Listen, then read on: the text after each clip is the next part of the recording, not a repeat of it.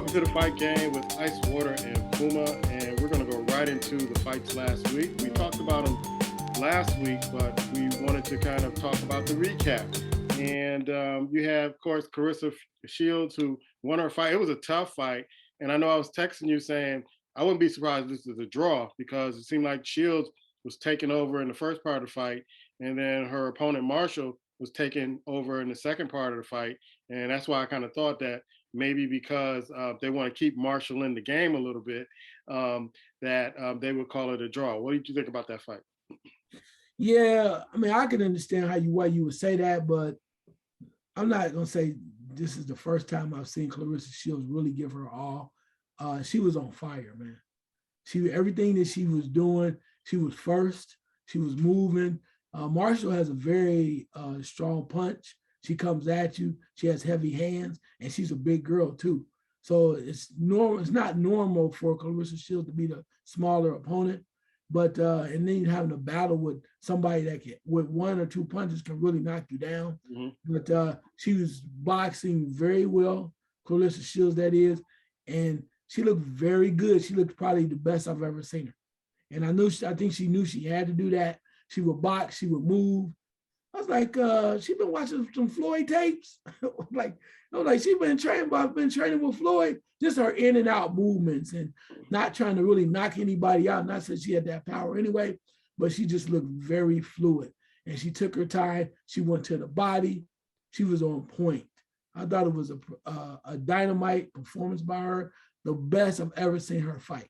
Yeah, and this fight was the toughest fight she's ever been in too. Yeah, and I say that because the best she's ever been in, her best performance ever, because she faced some very stiff competition. And that's when you wanted to see her rise. You might fight somebody that clearly is not on her level, but Marshall was. Marshall was the last person that beat her in the amateur, beat her, period. And for her to step up the way that she did, and so with such a challenge, a lot of people talk about Shields didn't fight anybody, but she had an opponent that was definitely savvy and tough this past week. And she stood up, handled the challenge, and was very impressive and won decisively. So I was very impressed by her, and I don't know what else she wants to do, but I was glad to see her perform in such a manner against Marshall, who definitely was a tough opponent. Yeah, the two best compliments that Shields gave Marshall, she hit hard and she should not retire. She got a lot left. And whether or not she walks away, time will tell, I guess. The next fight, you and I were texting back and forth with this fight with Helenius and Wilder. And I kind of felt, and I was texting Eddie, our schoolmate too, and me and Eddie were like, man, that punch didn't look like it was hard enough to knock somebody out like that.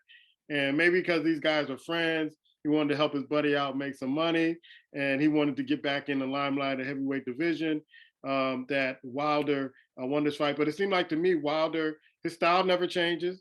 He just seemed like the same old Wilder. Really never really has great technique in boxing, but he has that knockout punch. And when you have all that, you probably don't need all those techniques in kind of boxing form to win fights. But I don't know. I know you said you had something on this. You were going to tell me on the show that, because I thought it was suspect. What are your thoughts about the fight?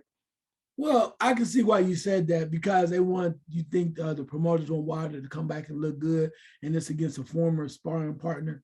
But I think Wilder's in this hurt business, and he wants to come back and prove that he's worthy.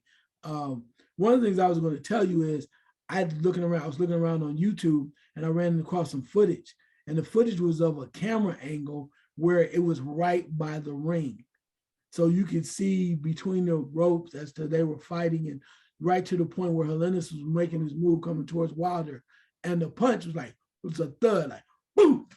And I was like, ooh. I went back and looked at it again. I said, yeah, Puma need to see this. Yeah, because it did seem like he ran right into the punch.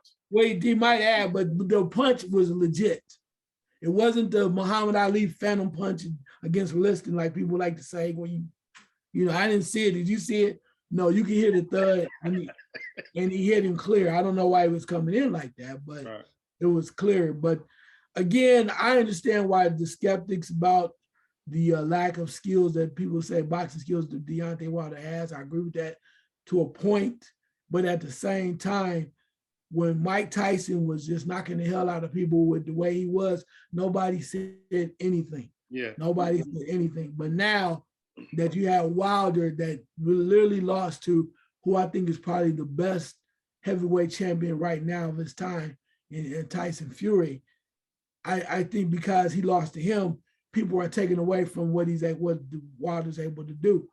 And until somebody else shows you that they can handle it, what Fury was able to do, you got to give Wilder the love, man. 40 plus fights. I said that before. And you call him a one-trick pony, but nobody could stop it but Fury. Yeah. And I hope he's able to fight some other people and show you whether or not he's worthy. So if he keeps doing the same thing, I said, Tyson with the, and all of the, and then when he was knocking people out in 90 seconds, everybody loved him. Then he got beat by Buster Douglas. He had 2 tough fights with Razor Ruddock. I mean, a lot going on. So I just think I want to see Wilder next, who Wilder fights next. And if he keeps doing what he's doing, minus Fury, what else can you say? Yeah, it's true. It's true. Make some money while you can. Make some money. That's my thought about it. If he can make money while he can and still be on the upper echelons of the heavyweight division with the knockouts, have at it. I have no complaints about that. It just seemed to me like it's like this fight kind of the way it was kind of set up with the former sparring partner, and you didn't really hear too much about Helenius, and then all of a sudden, the first round knockout is like, okay, all right, so. And, people saying I'm back and all this other stuff. He seemed very emotional after the fight, which, press conference. He's glad to be back in the winning column after, maybe about 2 years of not being the champion, things of that sort. So it was very heartfelt. The next fight is Caleb Plant versus Durrell. And I did not like the way Plant acted after the fight, kind of like digging up and the movement. And I was like, when I saw that, I'm like, where was all this when you were fighting Canelo? So you were the big, bad, tough guy in this fight, but Canelo just put you in his pocket. So I think I thought about the show last week and what you were saying about him getting back into fighting Canelo Alvarez and all that. And I can't see it either. He can kind of showboat all he wants, but where was all this energy? Where was all this passion when you had the chance to beat the man and you couldn't finish the fight, and you were sitting in the ring talking about, oh, I got a lot of respect for you? Yeah. I mean, let's look at it. The way we talked last week about Anthony Durrell was like kind of, he might have had a shot, but it's clearly that he's older, right? Caleb Plant's younger. He saw the opportunity, he took him down, and Plant went on to continue to celebrate like he had really knocked out Canelo or something. Yeah. Yeah, he's an older guy, and you did what you did. So now the question is, so you got that pass, and you digging up, putting him in the grave, throwing dirt on him and everything. Question is, now what, Caleb Plant? Now what? That's what I want to know. Now what? So, you talk about you ready to fight. You definitely could go after a fight with somebody like one of the Charlos. But the one fight people are talking about, and you talk about trying to fight Canelo again, I mean, that still kind of sell. How about a real fight against somebody that wants the same thing that you want? You want Canelo. This guy is salivating for Canelo. And you can meet. How about David Benavidez? Yep. Let's have you prove that you're ready against Benavidez. And that's what it comes down to with Benavidez. And even to the point where I was talking to another buddy, and he said after the fight, Caleb Plant saw Charlo, went over to him like, you next. I said, but did you notice when they literally went to the interview interview him on TV afterwards, Plant that is, and they asked him who he wanted to fight next. He mentioned Benavidez, and maybe Charlo. If you really want that Charlo fight convincingly, all you gotta do is speak up. Yeah. He didn't speak up. And that says to me, you really don't know what you want to do. And you're not, if you really want somebody, you talk about it long enough and you present a contract, you'll get the fight. So right now, we know you're not going to get the Canelo fight. Probably not in the near future, or maybe never ever again. So you need to pick your poison between Benavidez and Charlo. and that's not looking good for you. His best bet to try to go that route to get back to Canelo is to fight the people that Canelo refuses to fight. But the problem is, I don't think he can get through those folks that Canelo refuses to fight. I don't think he could beat the folks and I think Canelo knows he can't beat some of those folks.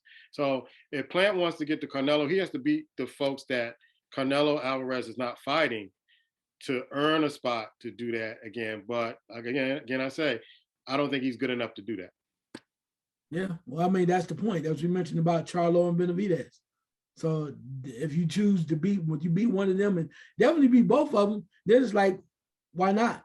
Yeah. Why can't I get another shot? Because I'm proving to you the people that you don't want to mess with, let's get it done. So, I mean, I think we'll see what happens with that, but he's going to do a lot for Canelo to even consider that because there's too many other people, like you said, in line that would love to have a shot at Canelo. Yeah. The next fight, and I text you after this fight, watching this fight with Kambosos versus Haney, and I said my two favorite boxers at this particular point in boxing is Errol Spence and Devin Haney. And I predicted last week that Haney would win this fight much easier, and it seemed like he did. He just had Kambosos in his pocket, was able to hit him when he wanted to, was able to hurt him when he wanted to, and it was the Kambosos corner was screaming at him to do something, and you could just kind of see Kambosos like, dude, what else you want me to do? This guy, this guy's phenomenal. Now, the interesting point about this fight is I watched a French broadcast of it, and you can hear the Frenchman going, "Oh, magnifique! Oh, ooh, oh," and it was just funny to watch how they were marveling over the boxing skills of Devin Haney. But to me, he just won every round. To me, it just seemed like Kambosos was just too slow.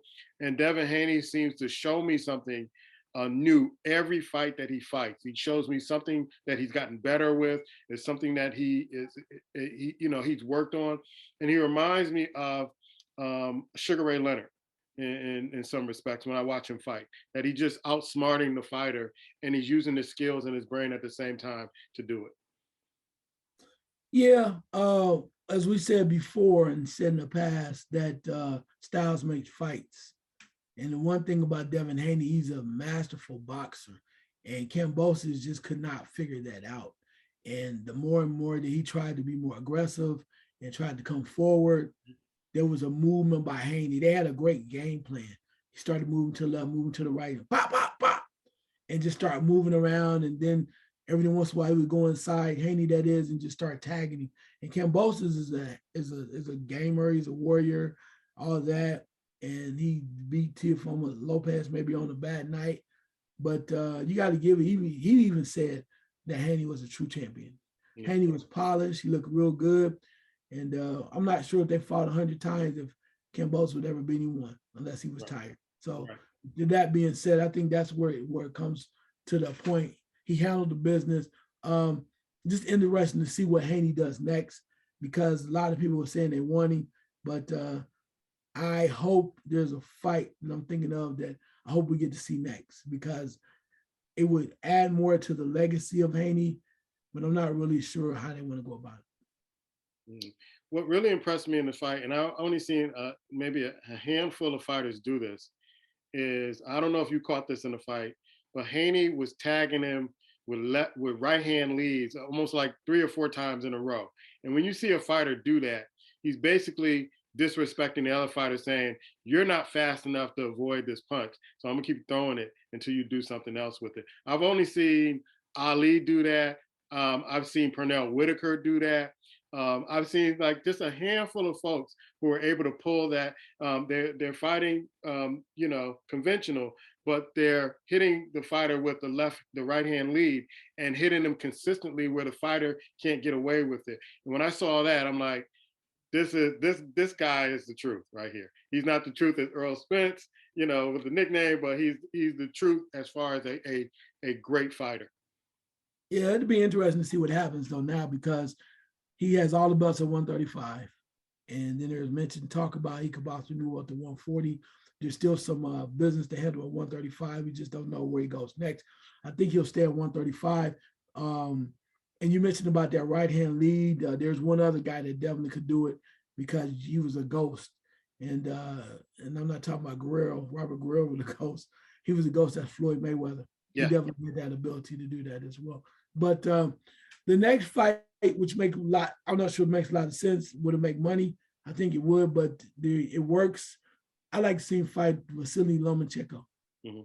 I like to see that. Lomachenko's a little older now, but the way that his style and the way that he comes with his presence in the ring, it'd be a chess match. Lomachenko's looking for an opportunity to show that he's back after coming back from the war and a lot of stuff going on. But it just depends on will they sign on the dotted line. Because you mentioned about moving up to face Josh Taylor. There's always Gervonta Davis. I think that's a little quick right now. I don't know if they want to do that. Down the line, Shakur Stevenson. There's a lot of other things that could be going on. They mentioned about Pitbull Cruz. And when you're undisputed champion, why do you even entertain those type of fights? Right. Now it's about money, belts, and things that are gonna cement your legacy. So that's why I mentioned about Lomachenko. Now it's about taking on fights that really allow you to keep moving up, not because somebody called you out and keep going down. It's like fighting Rolly Romero, fighting him right now because he said a bunch of stuff. It's like why are you even entertaining that when you've already pretty much cemented who you are in this division, at least for the last two fights. Yeah. Any other fights that we need to be looking out for in the near future? Yeah, they're supposed to be talking about it. We thought we were going to get Josh Taylor and Gervonta Davis, but it appears as if Josh Taylor is going to fight somebody else now. A rematch of a fight that he had before in February. And we just need to figure something out because these fights are happening. They're out there. These fighters are moving up. We mentioned before Shakur Stevenson moving up to 135. Pitbull fighting. I think he should fight Rolly Romero. There's a lot of opportunity.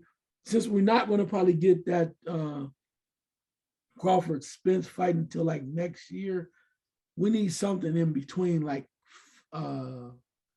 February or somewhere next year. I am hoping, and I don't know if this is happening yet, they mentioned it. I am hoping that Deontay Wilder will step into the ring and fight the heavyweight champion, Usyk. Mm-hmm. I'd love to see that fight. That would make a lot of sense. People were talking about Ruiz, about fighting Ruiz. Okay, that's fine, but about championships, why not go after the belt right now? Why even wait? The Ruiz fight is cool. It would be very competitive, but if Usyk says he will challenge Deontay Wilder and let him get a shot at the title, why wait? Yeah. You don't know how much longer he's going to be in there. Let's take it on the chin right now and find out whether or not how good Wilder is, because as you said before, he may not have all the conventional skill set. The one thing that Usyk did, he's able to box around, move around Joshua. So we need to find out, was that a fluke, the way he's able to beat Joshua, because Joshua was not the same guy he was before, or is he really legitimate and he's willing to take on a guy like Deontay Wilder? I would even look for or hope for a heavyweight eliminator bout to get to Usyk. So maybe Ruiz has to be in the mix because he's proven himself to be one of those type of fighters, beating Ortiz last time out. And then you have Joshua, and then you have Wilder. I want to see Joshua Wilder, and then the eliminator with whoever beats, in that fight, whoever wins in that fight with Ruiz, depending on how they're ranked, and then Usyk. And so to kind of build up that these heavyweights are going after the crown, but they got to go through some of the other guys that are still up in the top 5, top 6 boxing weight in the heavyweight division to get to the champion. And then Usyk, he does his thing with other heavyweights, whoever he wants to fight. But I want to see an eliminator where we have these fighters that, I guess Ruiz fought Joshua twice. We haven't seen Wilder fight Ruiz. We haven't seen him fight Joshua. I would like him to fight either one of the two of those guys to get to Usyk, because this fight didn't convince me that he's still ready to step up into a championship fight at this particular time, even though he probably win with that one punch, or we call it a one hitter quitter. he can win in a one-hitter quitter any time, any of these guys. But I would like to see a build up with the heavyweight so that we can get excited about it and not really kind of frown on paying the pay-per-view when it gets to that championship fight. I can see that, and I can see why that would make a lot of sense. But I think the problem for me, why I don't think they would go about it that way, is because Wilder's already been established, right? He's already been established. He was 40 plus fights. And something, yeah, whatever, knocking folks out. So to say, okay, now you got to get in line before you get to Usyk, it's like, okay, now you got to fight Joshua. What we saw at Joshua the last 2 times, basically losing to a cruiserweight, we don't know what his skill set is right now. Is he the same guy he was before? I mentioned that to you prior as well. And I think that's one of the reasons why he didn't get into the ring when he was offered to fight with Fury, because he's not ready. Mentally, he doesn't seem to be ready. And the skill didn't show. I mean, you just lost your belt to Usyk, right? And now you don't want to go after him like being hungry. He didn't seem hungry. It seemed like he was trying, but he couldn't get there, right? Yeah. How much of a threat was he really in that second fight? These are your belts on the line. Yeah. He couldn't get up. So I don't think, as much as I think the money will be great for Joshua Wilder, it's like if Joshua's not ready, it's not going to look good. And you mentioned about Ruiz. I like Ruiz, and I think he's really done well. And Wilder might fight him, but is that a money fight? Right. The Joshua fight is more of a money fight than Ruiz. Ruiz is a tough guy. You want to see it, but if I'm Wilder, I'm like, I'm just gonna go to the man. I mean, it makes sense what you're saying, how it goes. I like the presentation. I think it makes a lot of sense, but I think it makes sense more for guys that have not been established, right? So you're looking from the standpoint of Wilder. If it's only one man, if he's not this guy, he's still heavyweight champion of the world, right? Mm-hmm. Only one man has able to put Wilder down and actually contain Wilder. So does he go backwards and try to prove himself again? I mean, he did with the sparring partner, but how much longer do you have to wait until somebody else steps up and go, I got to go through 3 other guys, the Dillian Whites of the world, or whoever the hell's out there. I got to go through 3 guys to prove that I'm the guy without getting a shot. Right. I'm like, only one dude beat me. That's true. I don't know. That's just me. The beautiful thing about this is we can have a discussion and figure it out. Yeah, that's true. Next week, we're going to be talking about the UFC 280. So come back next week for that. But he's Icewater, I'm Puma, and this is Fight Game.